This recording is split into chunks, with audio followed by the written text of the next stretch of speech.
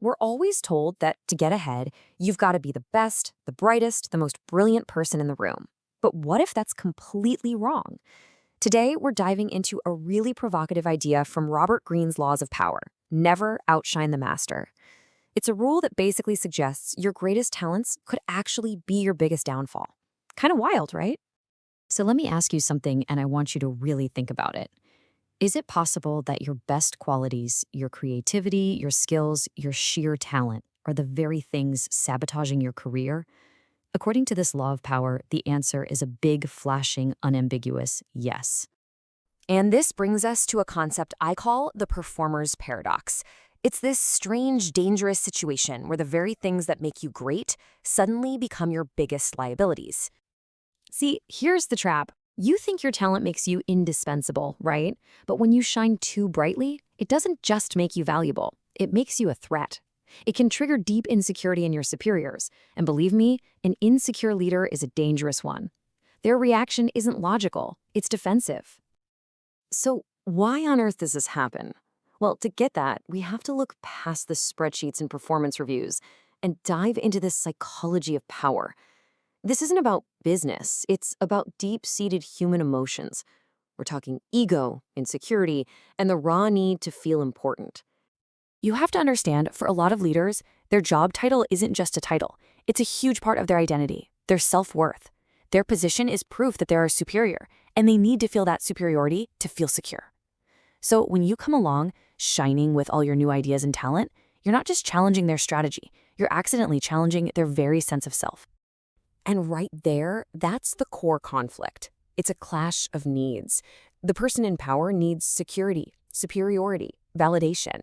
But your brilliance, your ambition, your independence, to them, that can look like a direct threat to everything they need to feel safe in their position. It's like a collision course that's just built into the very nature of hierarchy. History is just littered with examples of this, but there's one story that is just the perfect, most dramatic cautionary tale. It's the story of Nicolas Fouquet, the finance minister to the young King Louis XIV of France. Okay, so picture this. It's 1661. Fouquet wants to honor his king, so he throws this massive party at his stunning new palace. But here's the thing.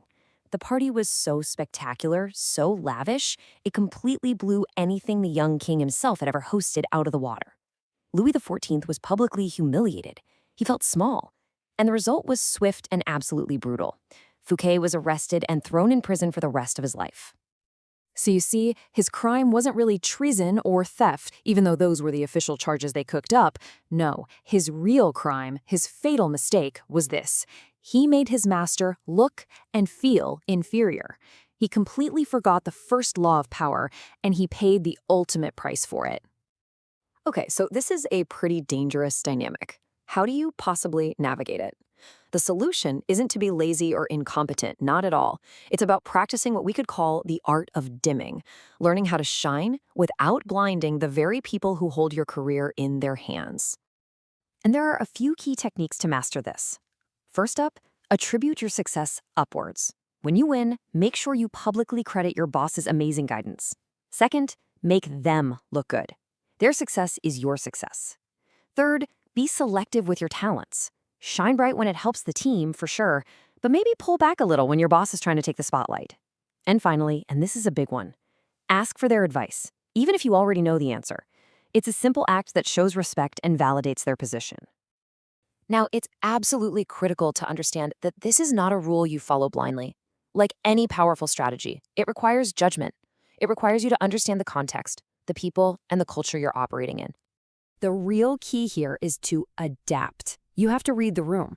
If your leader is a confident mentor who loves seeing you succeed, then by all means, shine as brightly as you can. They'll see your success as their own. But if they're insecure, or if you're in a very rigid hierarchical culture, you have to be way more cautious. Of course, this all brings up a huge question, right? Isn't this just dishonest manipulation? And that's a fair point. But the argument here is that all professional life involves some form of self-presentation. We all manage how we're perceived. This law doesn't invent human insecurity. It just acknowledges that it's a real factor. The goal isn't to deceive people, but to be more effective by understanding the psychological reality of the world we work in. Because ultimately, success is rarely just about being the smartest person in the room. True, lasting success comes from combining your technical skills with emotional and, yes, political wisdom, the ability to navigate the complex human element of any organization. This isn't about being less competent. It's about being more wise. It's about understanding that how your amazing work is perceived is often just as important as the work itself. So I'll leave you with this to think about, especially in your own career. Where is the line? At what point does strategically managing perceptions cross over from being smart political wisdom into becoming dishonest manipulation? Where you draw that line? Well, that might be one of the most important decisions you ever make. One of the most uncomfortable ideas from Robert Greene's The 48 Laws of Power. Today, we're going to tear apart a law that really makes you question everything you think you know about your personal and professional relationships. So, let me ask you this. Who's more dangerous, your friend or your enemy? I mean, the obvious answer is your enemy, right? Well, what if I told you that assuming that might just be one of the biggest mistakes you can make when power is on the line? This right here is law number 2. And this one sentence, wow, it just forces you to look at things like loyalty, trust, and ambition in a completely different and, yeah, kind of unsettling light. So let's break down why this isn't just cynical advice, but actually a really deep observation about human nature. Okay, first things first. We're going to tackle the core idea this law is built on. It basically argues that when you mix friendship and power, you get a really, really explosive cocktail. And it all comes down to 2 key ideas that pretty much go against everything we're taught. So, premise number 1, the emotional bond you have with a friend can sour into envy and resentment, especially when your success starts to outshine theirs. And premise number 2, enemies, on the other hand, well, they have something to prove. They don't have that sense of entitlement, so they often become way more dedicated and reliable if you just give them a shot. So, why does this even happen? What's going on under the hood? Let's get into the psychological engine that makes this law tick. This is where we see all those hidden currents of human nature start bubbling up the second power gets involved. And what's so wild here is how it just flips everything we expect. With friends, your success can become like a painful mirror for them. You know how it is. We're all wired to compare ourselves to others. And when a close friend starts killing it, it can accidentally shine the spotlight on what we feel we're lacking. It just breeds envy. They start to expect favors, feeling like your friendship should count for more than their actual performance. And hey, they know you. They know all your quirks and weaknesses, and that familiarity can totally gut the respect you need to lead. But on the flip side, an enemy you turn into an ally. They operate with what you could call a productive insecurity.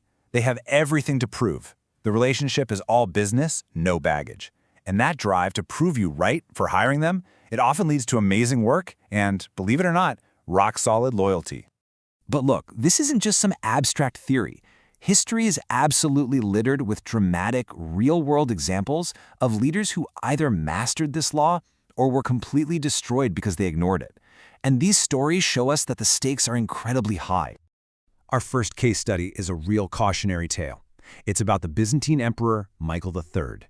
He had this best friend, a guy named Basilius. They were drinking buddies, super close, and Michael trusted him completely. He thought their bond was just unbreakable. So, Michael, purely out of affection, promotes his friend from drinking buddy to head of the stables, a big deal. Then, incredibly, he makes Basilius co-emperor, an equal. But Basilius's ambition, now that it was fueled by real power, couldn't be contained by friendship anymore. He saw Michael as weak, and in the end he had his best friend assassinated to take the throne for himself. The very friendship Michael put all his trust in became the weapon that ended him. Now, for a complete 180, let's look at an absolute masterclass in how to use this law, and it comes from one of the greatest leaders in history, Abraham Lincoln. When he became president, he did the exact polar opposite of what Michael did. Lincoln appointed his fiercest political rivals to the most powerful positions in his cabinet. These were the men who had just run against him for president and openly thought he was a joke. By doing this, he forced them to prove their worth through competence and competence alone. They couldn't fall back on personal friendship. And over time, by earning their respect through his leadership, he turned his biggest opponents into his most dedicated and effective allies. Just brilliant. So, okay, how does this ancient law about emperors and presidents actually apply to us today? Let's take a look at how these exact same power dynamics are constantly playing out in our own professional lives, maybe even right now. I mean, just think about it. We've all heard stories of startup founders whose friendships just implode over fights about equity, or family businesses that get crippled because they put loyalty before competence, or that super awkward moment when your work friend gets promoted and is suddenly your boss. In every single one of these situations, the clear professional lines get all tangled up with personal history, and the result is almost always resentment, bad decisions, and yeah, broken relationships.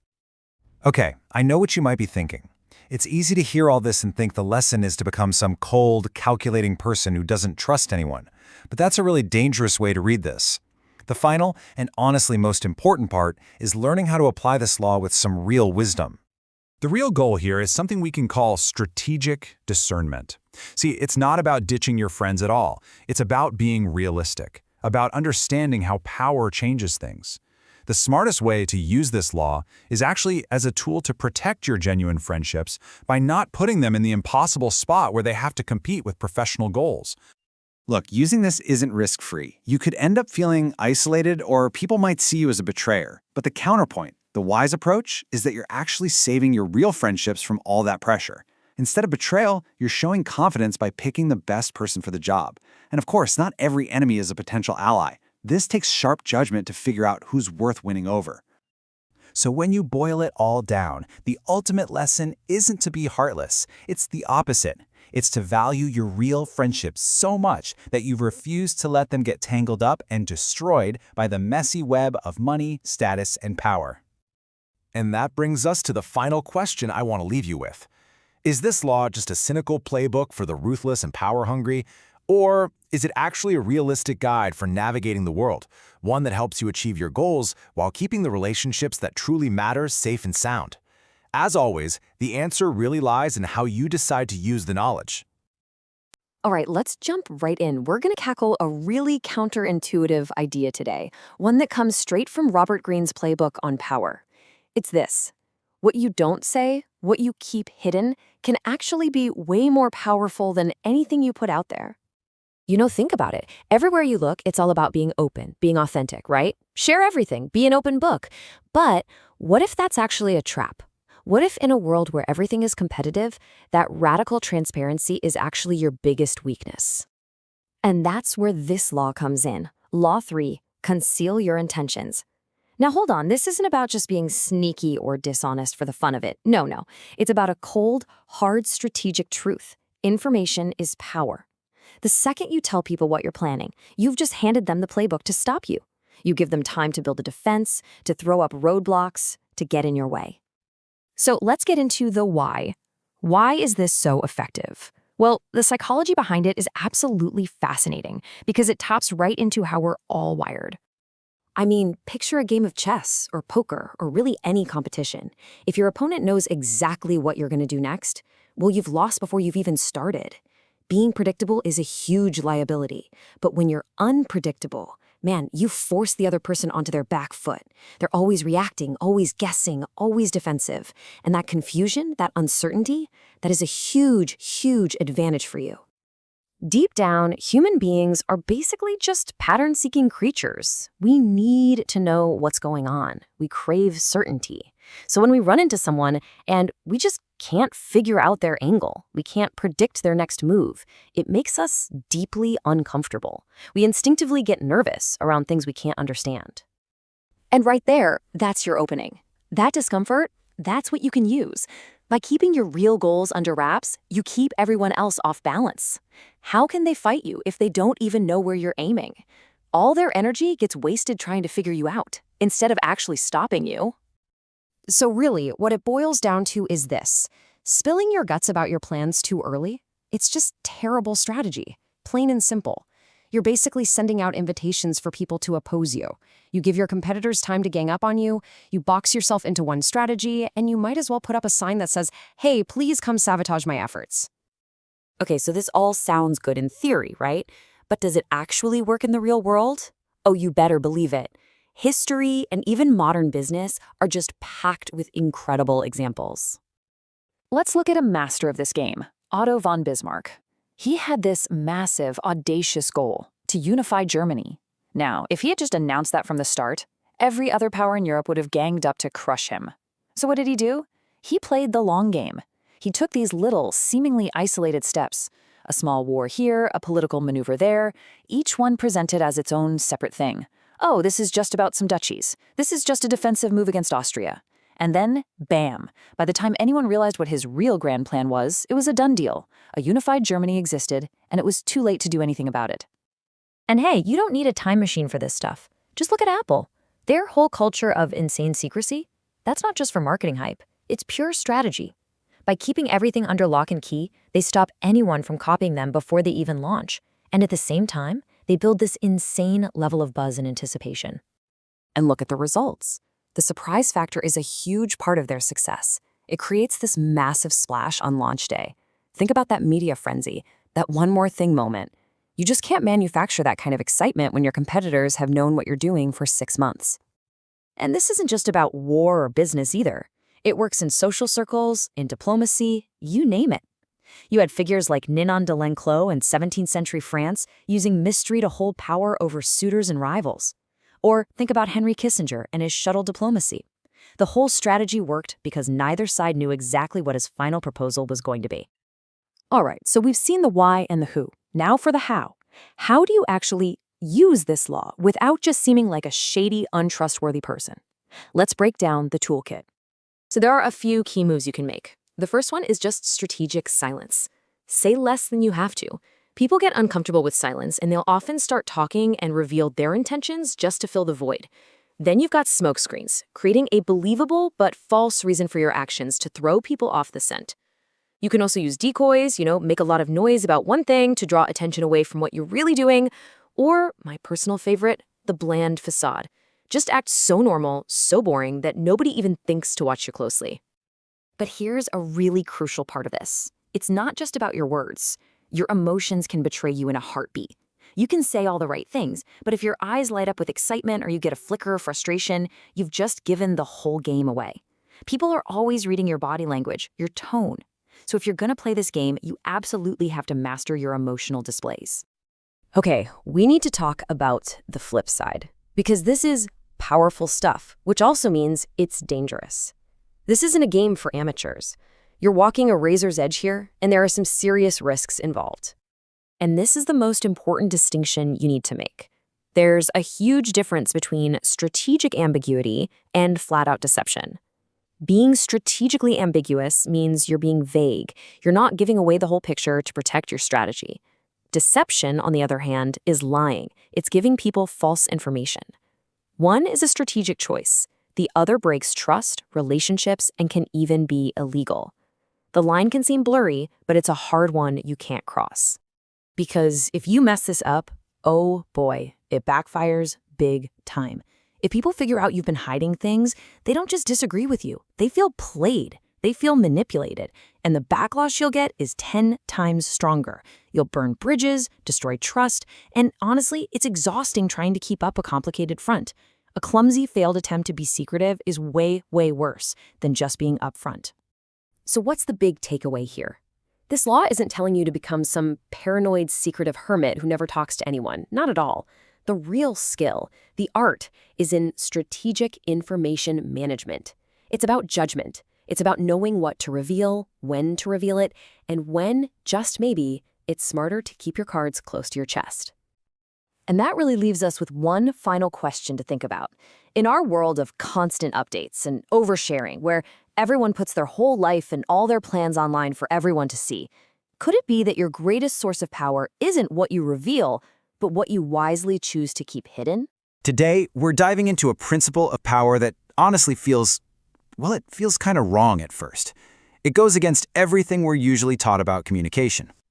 I mean, think about it. We're told from day one to speak up, to be articulate, to make our voices heard. But what if the people with the most influence have mastered a totally different art? What if real power isn't in what you say, but in everything you choose not to say? And here it is, Law 4, from Robert Greene's The 48 Laws of Power. The idea is simple, but man, is it profound. The more you talk, the more ordinary you seem. And worse, the more likely you are to slip up and say something foolish, something that can be used against you. So, why does this even work? It's not just some clever social trick, it's a strategy that's plugged directly into some deep-seated human psychology. It plays on cognitive biases that we all have. Just look at the difference here. When someone overtalks, it often signals a kind of insecurity, a need for validation. Pretty soon, they just become background noise. But the person who says less, well, they project confidence. Their silence creates this void, and our brains just can't help but rush to fill it in, usually by assuming they're smarter, deeper, and more powerful than they might actually be. Their words are rare, so they hit with incredible weight. Let's be real. Brevity just feels strong, doesn't it? When you're quiet, you're not being passive. You're actually on the offensive. You're listening, you're observing, you're gathering information. You gain a huge strategic advantage, all while revealing absolutely nothing about your own cards. And hey, this isn't just some theory. History is absolutely packed with examples of leaders who were masters of this law. And, of course, those who paid a heady price for ignoring it. So, let's talk about the Sun King, Louis XIV of France. In his ridiculously lavish court, he was famous for barely saying anything. His comments were so brief and so rare that when he did speak, courtiers would literally spend days trying to figure out what he meant. His silence was a weapon that built this incredible aura of power and mystery around him. Now, for a complete contrast, look at King Charles I of England. During his own trial, the guy just couldn't shut up. He argued, he explained himself, he justified everything, and in doing so, he completely stripped away his own authority, showed everyone how desperate he was, and basically handed his enemies all the rope they needed. But maybe the most legendary example of powerful brevity comes from the 30th U.S. President, Calvin Coolidge. They called him Silent Cal. The story goes that at a dinner party, a woman came up to him and said, "Mr. President, I bet I can get you to say more than 3 words." His reply? "You lose." Just 2 words. He won the bet and basically cemented his entire reputation in that one moment. Okay, so that's all kings and old-timey presidents. How does any of this apply to our world of nonstop Zoom meetings, emails, and social media feeds? Well, you might be surprised. These principles are probably more relevant today than they have ever been. Just think about it for a second. In a big negotiation, who usually has the upper hand? The person who talks less and gives away less information? In a meeting, who do you respect more? The person who has to comment on everything, or the one who stays quiet and then drops one single, game-changing insight? Even online, a few powerful, well-timed posts will always have more impact than a constant stream of noise. So, if you want to put this into practice, here's your playbook. It's just 3 steps. 1. The strategic pause. Before you answer a question, just wait a second. Let it hang in the air. 2. Give the minimal answer you can. Fight that urge to over-explain yourself. And 3. Learn to love the silence. Let the other person get uncomfortable and rush to fill it. You will be absolutely amazed by what they give away. But let's be super clear about something. This is not about becoming a silent weirdo who never talks. That's not the goal. The real art, the one rule that governs this whole thing, is learning to tell the difference between what needs to be said and all the nervous, pointless chatter that just makes you weaker. All right, let's bring it all together. If you take away just one thing, let it be this idea: the economy of power. This is really the heart of it. Every extra, unnecessary word you use has the potential to water down your message and weaken your impact. Real power is found in economy, in making every single word count for something. So I'll leave you with this thought, because it really hits the nail on the head. There is a huge, huge difference between being heard and actually being listened to. Constant talking just turns you into background noise, but strategic silence, that makes you the one person everyone in the room leans in to hear. So here's your challenge. The next time you're in a meeting, a negotiation, or just an important conversation, try it. Just experiment. Use a little bit of restraint, not just to avoid making a mistake, but as an active tool to project confidence and authority. So, this week, what are you going to communicate with your silence? All right, let's talk about one of the most powerful yet kind of fragile assets you will ever have. It's something that decides who trusts you, who's going to hire you, and even who fears you. We are talking, of course, about your reputation. Just let that sink in for a second. Guard it with your life. That's not a suggestion, it's a command. We're going to break down exactly why Robert Greene calls this a fundamental law of power, and you'll see why in our world today it is more critical than it has ever been. Okay, so here's our game plan. First, we'll get into what reputation really is. Then, we'll look at the psychology behind why it's so powerful. We'll see it in action with some wild stories from history, bring it right into our digital age, and finally, we'll talk strategy, how you can build and defend your own. So first things first, let's be clear about what we're actually talking about here. Reputation is not just about being liked, not at all. It's this invisible force that literally shapes reality around you. It's the foundation that all of your other efforts are built on. You can think of it as the ultimate force multiplier. A great reputation for, say, being brilliant or reliable, well, that means your actions are amplified. People give you the benefit of the doubt. But a bad reputation? It does the exact opposite. It sabotages your every move, no matter how good your intentions might be. And this is where it gets really scary. It's incredibly asymmetric. You can spend years, a whole decade, building up a reputation for integrity, but one bad tweet, one false accusation can shatter it overnight. You have to be on defense constantly, but an attack only has to work once. So, why? Why does reputation have such an iron grip on us? Well, to get that, we need to look at how our brains are wired. Because, let's be honest, we are not nearly as rational as we like to think we are. Look, we're swimming in a sea of information every single day. We just can't analyze every single person and every situation from scratch. It's impossible. So what do our brains do? They take shortcuts.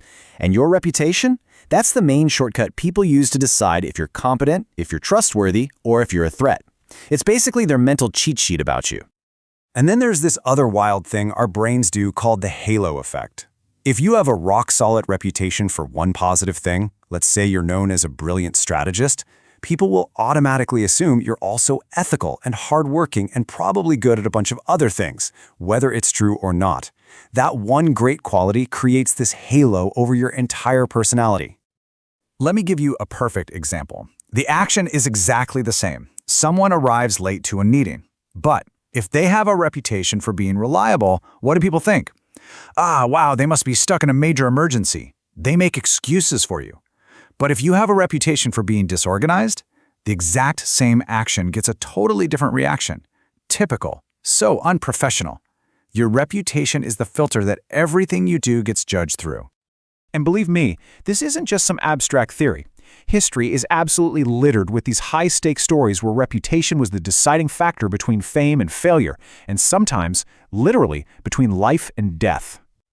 Okay, take a legend like P.T. Barnum. This guy didn't just wait around and let a reputation happen to him. No way. He was an architect. He actively built a reputation as the master of spectacle. So when people came to his shows, they expected to be amazed. And here's the genius part. Even when some of his exhibits were exposed as fakes, it didn't hurt him. Why? Because it fit perfectly with the reputation he had built for himself as this entertaining trickster. Now, on the flip side of that, reputation can be an absolutely devastating weapon. When you get two powerful people clashing, it often comes down to a battle of perception, not just a battle of ideas. And there is no better example of this than one of the greatest rivalries in the history of science. The showdown between Nikola Tesla and Thomas Edison is just a perfect case study. I mean, Tesla was arguably the more brilliant visionary scientist, but Edison was an absolute master of reputation management. He painted himself as this practical, all-American innovator, while Tesla got stuck with the image of an eccentric, mad scientist. And the result? Edison built a massive empire, while Tesla died broke. Edison won the war of reputation, and that's the story that history remembers. So let's bring all these lessons into right here, right now. The core principles are exactly the same, but the battlefield has changed completely. It's digital, it's permanent, and it moves at the speed of light. This is the question, isn't it? It's the one we all have to deal with now. Back in the day, a mistake might fade away, be forgotten. But today, it gets screenshotted, archived, and stapled to your name forever. Just a quick search away for anyone. The internet, as they say, never forgets. And these are the new battlegrounds where reputations are made and broken. Your digital footprint is basically your permanent record. For businesses, creators, anybody, those online star ratings are your reputation now. And of course, we've seen the rise of cancel culture, this incredibly fast, social media-driven form of reputation destruction. In response, you get personal branding, which, let's be honest, is just the modern name for the kind of active reputation management that guys like Barnum understood a century ago. Okay, so knowing the stakes, knowing the battlefield, what do you actually do about it? right? It's not enough to just cross your fingers and hope for the best. You need a real strategy for both building your reputation up and for defending it when it comes under fire. When an attack comes, and it just might, silence is almost always seen as guilt. You need a protocol. First, acknowledge what's happening immediately. It shows you're not hiding. Second, state your position clearly without getting all defensive. Third, if you messed up, own it, genuinely. And finally, this is the most important part, show people what you're doing to fix it. Actions, not just words, are how you rebuild trust. But playing defense isn't enough. You have to be on offense too. Think of your reputation like a garden. You have to actively cultivate it. Make sure your wins are visible. Become the absolute go-to person for one specific thing. Be really careful about who you associate with because you're judged by the company you keep. And build a network of people who will speak up for you, especially when you're not in the room. But here's the tricky part. A little paradox you have to navigate. If you focus too much on managing your image, you can come off as fake and calculating, which, ironically, completely destroys your reputation. So the key isn't to invent a fake persona. The key is to first be genuinely excellent at what you do, and then strategically manage how that excellence is seen by the world. And really, that's what it all boils down to. Your reputation is a powerful tool you can use to open doors and achieve your goals. But it's also the very foundation that everything else, your skills, your work, your success, is built upon. Without a solid one, all that other stuff can just crumble. So I'll leave you with this to think about. If you had to pick just one word, innovative, reliable, visionary, unstoppable, what's the one word you want people to use when they talk about you? And maybe more importantly, what's one thing you're doing today to build that reputation? All right, let's dive into one of the most provocative and, let's be honest, kind of uncomfortable laws of power. It's this idea that you absolutely have to be seen. And yeah, it pretty much goes against everything we're told about just quietly doing good work. So, I want to start by asking you something that gets right to the point. Is just being talented or brilliant or the hardest worker in the room, is that actually enough to guarantee you'll get ahead? I mean, we'd all love for that to be true, right? But reality, well, it often has other plans. And this really gets to the heart of the problem. You know the story. On one side, you've got the quiet genius doing incredible work that nobody ever sees. And then on the other, you have the person who commands the stage, maybe with half the skill, but all the attention. This isn't just bad luck. It's a fundamental truth that shows us the myth of pure meritocracy. Okay, so if talent by itself isn't the whole answer, then we need to understand this other, more powerful role that's really running the show. And it all comes down to the law of attention. You know Oscar Wilde, who was an absolute master of this game? He just nailed it with this quote. The logic feels totally backwards, but it's so important. Being talked about, even if it's negative, is so much better than the total silence of being ignored. And this brings us right to the principle from Robert Greene's work, Law 6, Court Attention. The idea is simple and it's kind of brutal. Obscurity is a death sentence for ambition. I mean, think about it. It doesn't matter how amazing you are if nobody even knows you exist. So why does this work? The psychology here is actually fascinating. In this crazy, overloaded world we live in, attention is the one thing there's not enough of. So our brains take shortcuts. We see someone getting tons of attention, and we just automatically assume they must be important. That's social proof, creating this feedback loop that just keeps growing.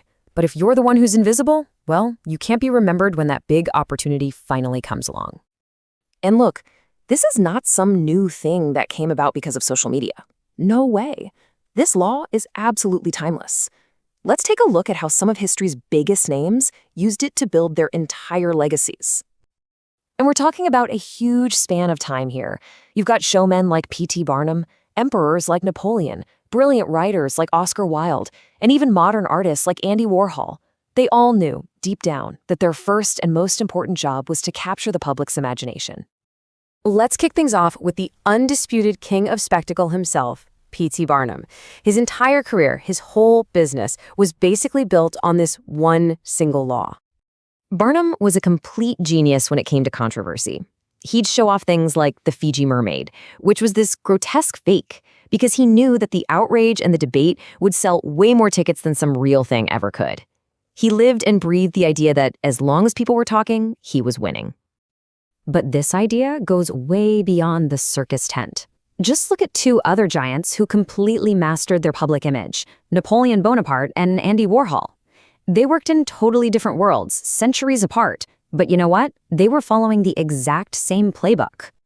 See, Napoleon didn't just win battles. He made sure everyone knew it by commissioning these huge, grand paintings to make his victories seem larger than life.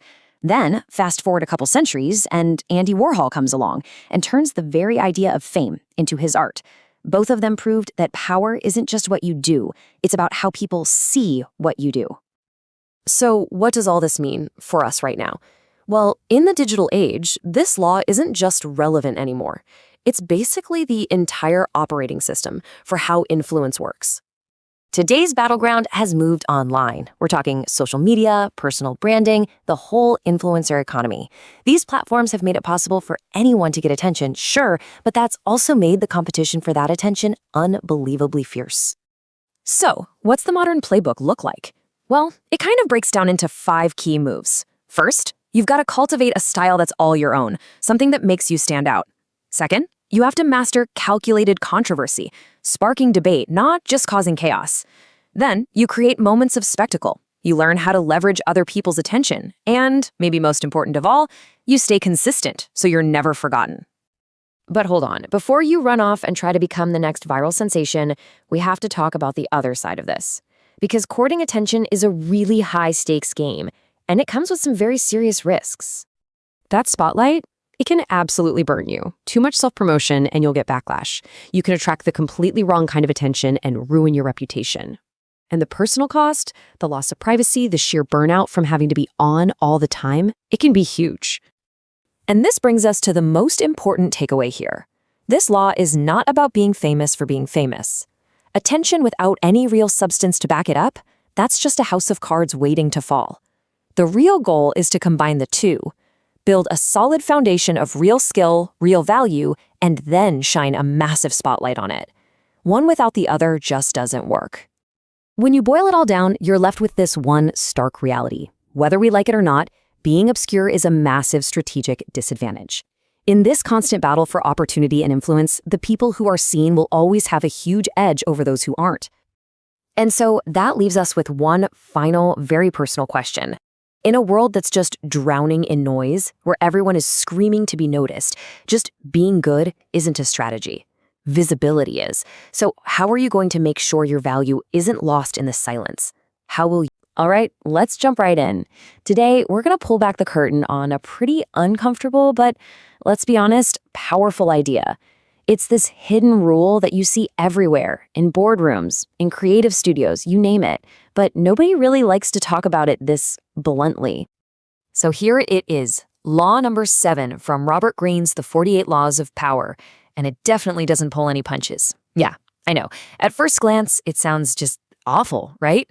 Like a playbook for being the world's worst boss? But is that the whole story? Is it really that simple? And that's really the big question we're going to wrestle with today. Is this thing just a cynical guide to using people? Or does it actually shine a light on a really uncomfortable truth about how the world actually works when it comes to power and recognition? Well, let's dig in and find out. So, here's how we're going to break this down. First, we'll look at the law itself. Then, the psychology of why it works. We'll check out some real-world examples from history to today. And finally, we'll get into the really tricky part, the ethics of it all. Okay, let's kick things off with section 1. We're talking about that kind of gritty reality of leverage and, who really gets the credit when all the work is done. You see, the logic here is, well, it's pretty cold, but it's also very strategic. It's not just about, stealing someone's idea. It's way more calculated. It's based on a few key principles. First, you just can't do it all yourself. Second, in almost any organization, credit just naturally flows up. And third, your reputation, it's built on the big wins you're connected to, not necessarily every single little task you ticked off a list. But okay, this whole thing doesn't just work because it's a good strategy. It works because it taps directly into how our brains are wired. So let's talk about the psychology of credit and figure out why we're so quick to praise the person in the spotlight and not always the people who made the spotlight possible. It all boils down to this thing called the attribution of success. Basically, our brains are lazy. They love shortcuts. So when we see a group achieve something amazing, we don't look at all the complex parts. We just look for the face of the operation. A team wins the championship, we praise the coach. A company has a blockbuster quarter, we talk about the brilliant CEO. It's a mental habit. We just pin the success on the most visible person in charge. And this, right here, this is the mindset. Think about it. Your energy is finite. There are only so many hours in a day. You can only do so much. But what if you could harness the energy of 10 other people? 100, 1,000. Suddenly, your impact isn't just added, it's multiplied. Their effort becomes your leverage. And this really shows the two sides of the coin, right? On one side, you've got the worker in the shadows, doing the nuts and bolts work. They're essential, but often seen as, well, replaceable. But on the other side, you have the person out front, the orchestrator, who presents the finished project to the world. And because they're the face of success, they're seen as irreplaceable. Guess who gets the credit? Now, you might think this is some kind of modern corporate tactic, but nope, this game is as old as time. So let's jump into Section 3 and see how some of history's biggest names were masters of this exact art. Seriously, look through history. Michelangelo? He had a whole workshop of assistants doing huge chunks of his masterpieces. Napoleon? His marshals were the ones winning the brutal battles, but all the glory went back to the emperor. Even JFK, those powerful words that defined his presidency, crafted by speechwriters. It's the same pattern over and over. The single visionary at the top gets the credit for the collective effort. Thomas Edison is maybe the ultimate example of this. Was the guy a genius? For sure. But his real genius wasn't just inventing things himself. It was inventing a system that invented things, his famous invention factory. He hired some of the brightest minds to do the heavy lifting. But because he was the one directing it all and his name was on the building, he got the credit. Okay, so that's history. But what about right now? How does this look in our world? Let's get into the modern playbook, because believe me, this stuff is happening all around us every single day. So if you wanted to apply this today, here's how it's done. Step 1, you delegate the tasks, but you hold on tight to the overall strategy and vision. Step 2, you make sure you're the one presenting the work in all the important meetings. You're the face. Step 3, you control the story. You frame how the success happened, with you at the center. And step 4, this is the really slick part, you publicly thank your team. By giving them credit, you're actually reinforcing the fact that the credit is yours to give away. It's a power move. And don't think this is just for stuffy corporate offices. This happens everywhere. The corporate world is the obvious one, yeah, but think about academia. The lead professor whose name is on a paper written almost entirely by their grad students. Or tech startups where the founder becomes a celebrity for a product built by a team of unknown engineers. Even the YouTube videos you watch, or the books you read, might have been written by ghostwriters. It's the same dynamic playing out in different arenas. Okay, this brings us to what is, honestly, the most crucial part of this whole conversation. The ethical tightrope. Because there is a Grand Canyon-sized difference between being a great leader who leverages a team and just being a flat-out predator who exploits people. And this is where we draw that line in the sand. A real leader, they give the vision, they provide the resources, they celebrate the team's effort, and they share the rewards. The predator, they steal ideas, they make sure their team stays invisible, and they take all the credit and compensation for themselves. On the surface, both are using a team, but underneath, the intent and the impact couldn't be more different. But here's the thing. There's a built-in karma to all of this. You can pull this off maybe once, maybe twice, but eventually you get a reputation for being a credit thief. And that reputation is absolute poison. The most talented people, the very people you need to leverage to be successful, they'll avoid you like the plague. And just like that, your power base just disappears. So there you have it, the mechanics of a game that's being played every single day, whether we like it or not. We've shown you how it works, and that really just leaves one last question, and this one is for you. Now that you can see the board, now that you know the rules, how are you gonna play? All right, let's talk about one of the most powerful yet kind of fragile assets you will ever have. It's something that decides who trusts you, who's going to hire you, and even who fears you. We are talking, of course, about your reputation. Just let that sink in for a second. Guard it with your life. That's not a suggestion, it's a command. We're going to break down exactly why Robert Greene calls this a fundamental law of power, and you'll see why in our world today it is more critical than it has ever been. Okay, so here's our game plan. First, we'll get into what reputation really is. Then, we'll look at the psychology behind why it's so powerful. We'll see it in action with some wild stories from history, bring it right into our digital age, and finally, we'll talk strategy, how you can build and defend your own. So first things first, let's be clear about what we're actually talking about here. Reputation is not just about being liked, not at all. It's this invisible force that literally shapes reality around you. It's the foundation that all of your other efforts are built on. You can think of it as the ultimate force multiplier. A great reputation for, say, being brilliant or reliable, well, that means your actions are amplified. People give you the benefit of the doubt. But a bad reputation? It does the exact opposite. It sabotages your every move, no matter how good your intentions might be. And this is where it gets really scary. It's incredibly asymmetric.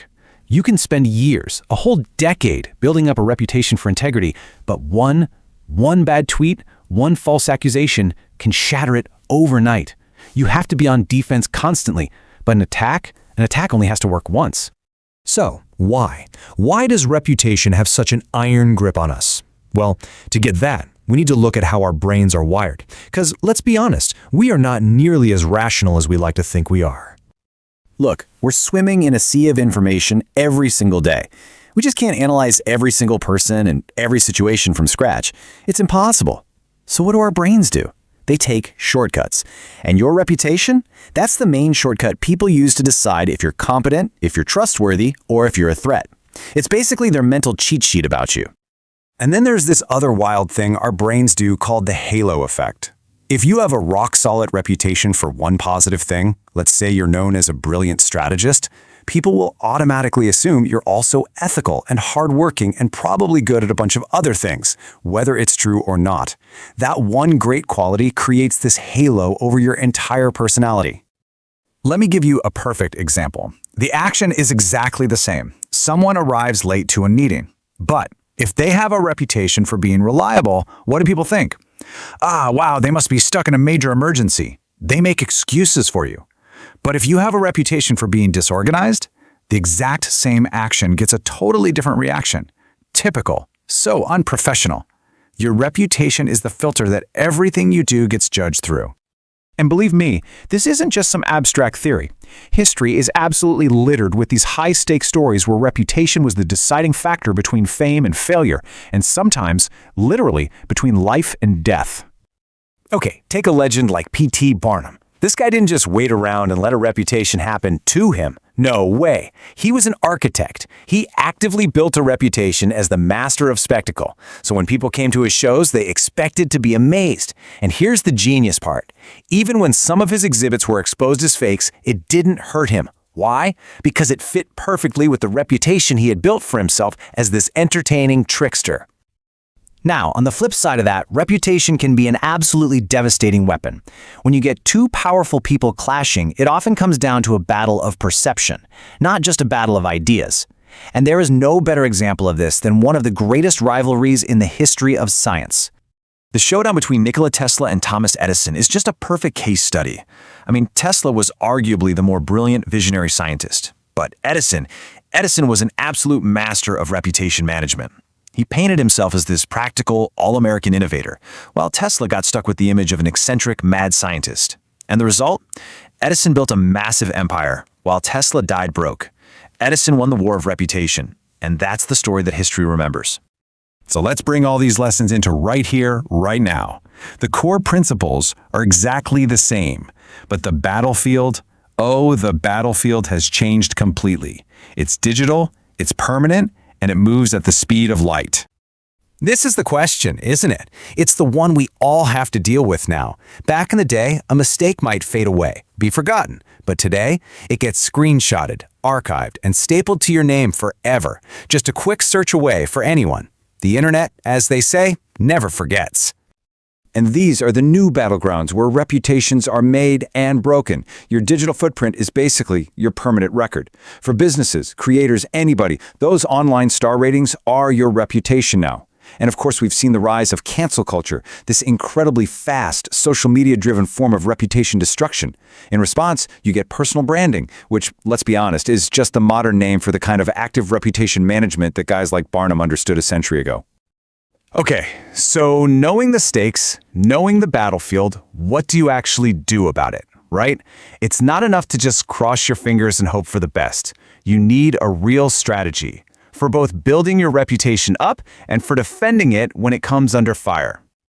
When an attack comes, and it just might, silence is almost always seen as guilt. You need a protocol. First, acknowledge what's happening immediately. It shows you're not hiding. Second, state your position clearly without getting all defensive. Third, if you messed up, own it, genuinely. And finally, this is the most important part, show people what you're doing to fix it. Actions, not just words, are how you rebuild trust. But playing defense isn't enough. You have to be on offense, too. Think of your reputation like a garden. You have to actively cultivate it. Make sure your wins are visible. Become the absolute go-to person for one specific thing. Be really careful about who you associate with because you're judged by the company you keep. And build a network of people who will speak up for you, especially when you're not in the room. But here's the tricky part. A little paradox you have to navigate. If you focus too much on managing your image, you can come off as fake and calculating, which, ironically, completely destroys your reputation. So the key isn't to invent a fake persona. The key is to first be genuinely excellent at what you do, and then strategically manage how that excellence is seen by the world. And really, that's what it all boils down to. Your reputation is a powerful tool you can use to open doors and achieve your goals. But it's also the very foundation that everything else, your skills, your work, your success, is built upon. Without a solid one, all that other stuff can just crumble. So I'll leave you with this to think about. If you had to pick just one word, innovative, reliable, visionary, unstoppable, what's the one word you want people to use when they talk about you? And maybe more importantly, what's one thing you're doing today to build that reputation? Because guarding your life's most important asset, that work starts right now. All right, let's jump right in. Today, we're going to break down a really powerful, kind of counterintuitive strategy for getting things done. It's a method that pretty much flips our natural instincts upside down, suggesting that the best way to win is to stop talking and start doing. You know the feeling, right? You're in a meeting, maybe a family dinner, a debate with a friend, and you just know you're right. So your first instinct is to argue, to lay out all your perfect logic, to convince them with words. But here's the thing, that's almost always a trap. Seriously, think about it for a second. Have you ever completely picked apart someone's point, just logically dismantled it, leaving them with absolutely nothing to say, only to realize they now resent you for it? Yeah, you won the little battle of words, but you ended up damaging the relationship and you didn't even really change their mind. That is the exact frustration we're talking about today. When you look at it, there are two very different paths. On the one hand, arguing even when you're technically right just breeds resentment. It leads to what they call Pyrrhic victories, wins that cost you so much, they're not really wins at all. But action? That's a whole different story. Action demonstrates value, it builds respect, and it creates real, solid wins. So, okay, if arguing is so often a losing game, then what's the alternative? How are you supposed to get your ideas across, to actually have influence, without getting stuck in these pointless debates? Well, there is a much more powerful, much more effective way. And here it is, law number 9 from Robert Greene's The 48 Laws of Power. This one sentence is the whole game. The most powerful victories, they're not won with fancy speeches. They're secured through demonstration. And this just nails why that is. I mean, you can argue with someone's theory all day long. You can poke holes in their logic, go back and forth forever. But you can't really argue with a finished product sitting right there on the table. You can't debate a successful outcome. See, actions create facts. Arguments, they just create talking points. Now, to really get this law and use it, we have to understand the psychology behind why arguing just doesn't work most of the time. It kind of goes against everything we're taught, but when you see how it works under the hood, it makes total sense. This right here is a huge piece of the puzzle. It's called the backfire effect. You'd think that when you hit someone's beliefs with facts and logic, they'd at least reconsider. But what often happens is the exact opposite. Your argument makes them feel attacked, so they don't just ignore you, they dig in their heels and hold on to their original belief even tighter. Your attempt to persuade them has completely backfired. Here's how that chain reaction usually goes. First, you challenge something they believe. Now, to them, this isn't just an intellectual debate. It feels like an attack on their intelligence, on their identity. So what happens? Their ego defense system kicks into high gear. Their brain stops trying to find the truth and starts trying to protect their self-image. And the result? They just double down, becoming even more committed to where they started. And this isn't some new discovery from a psychology lab. This is a timeless strategic principle. History is just jam-packed with amazing examples of brilliant people who understood that showing is always better than telling. Let's kick it off with one of the greatest artists ever, Michelangelo. So the story goes, after he finishes his absolute masterpiece, the Statue of David, a local politician, a city official, comes to inspect it, and he's got a critique. He says, "The nose, it's too big." Now, Michelangelo could have argued about anatomy and perspective and his artistic vision, but he was way smarter than that. He knew this wasn't about the nose, it was about the official's ego. So he climbs up the ladder, secretly palming some marble dust and a chisel. He then starts making a bunch of noise, tapping the chisel lightly and letting the dust fall without ever actually touching the statue. He comes back down, and the official, now feeling important and heard, declares, "Ah, now it's perfect." Michelangelo won. Completely. He didn't get into some pointless fight. He just performed a simple, clever action that soothed the official's ego, and he got to preserve his masterpiece without changing a single thing. Just a total masterstroke. Okay, let's jump to another giant, Henry Ford. When he first proposed the assembly line, people thought he was crazy. It was this radical, untested idea. All the experts, his competitors, even engineers were super skeptical. They gave him a million reasons why it would never, ever work. So did Ford write long academic papers defending his theory? Did he go on a speaking tour debating all the skeptics? No way. He saved his breath. He just built one. He built a pilot assembly line, and when those Model Ts started rolling off that line at a speed and a price nobody had ever seen before, well, what was left to argue about? The results were right there. They were undeniable. He didn't just win an argument, he completely changed the world. Okay, so Michelangelo and Henry Ford. Great stories.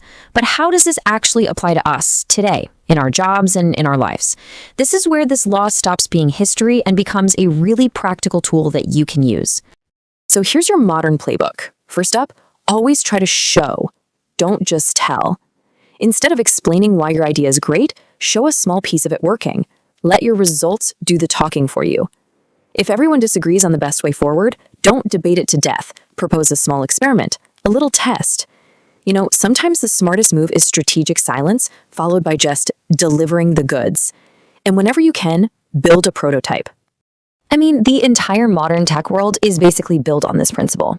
The whole concept of a minimum viable product, an MVP, is literally Law 9 in action. You don't spend a year in meetings arguing about the perfect features. No, you build the simplest possible version that actually works, and you get it in front of real people. Their actions, whether they use it or not, will give you a much clearer answer than any debate ever could. Think about this in an office setting. Your team could have endless meetings debating which website design is better, or you could just run a simple A/B test for a week. When the data comes back and it shows the new design has an 85% conversion rate compared to the old 45%, well, the debate is over. The results just spoke. So let's bring this right back to you, personally. The most persuasive tool you have in your career isn't your resume, it's not how well you talk or your ability to win a debate. It's your portfolio. It's the collection of things you've actually done, problems you've solved, and value you've created. That is your most powerful, undeniable argument. So, as we start to wrap this up, let's just boil this powerful law down to its absolute core. What's the one thing you really need to remember from all this? This quote just says it all perfectly. Your goal shouldn't be to persuade, it should be to provide proof. Your main tool isn't debate, it's demonstration. And the thing that settles disputes isn't who talked the best, it's the real, tangible result. Seriously, every single ounce of energy you waste in a frustrating, going-nowhere argument is energy you could have spent building something, creating something, or just getting it done. So shift your focus. Stop trying to win verbal fights and start producing results so good and so undeniable they don't need a defense. And that's the question I really want to leave you with. The next time you have a project or a disagreement or a big idea, instead of preparing all your talking points, I want you to ask yourself, what can I do? What can I build or create or demonstrate that will make the point for me? What will your actions prove?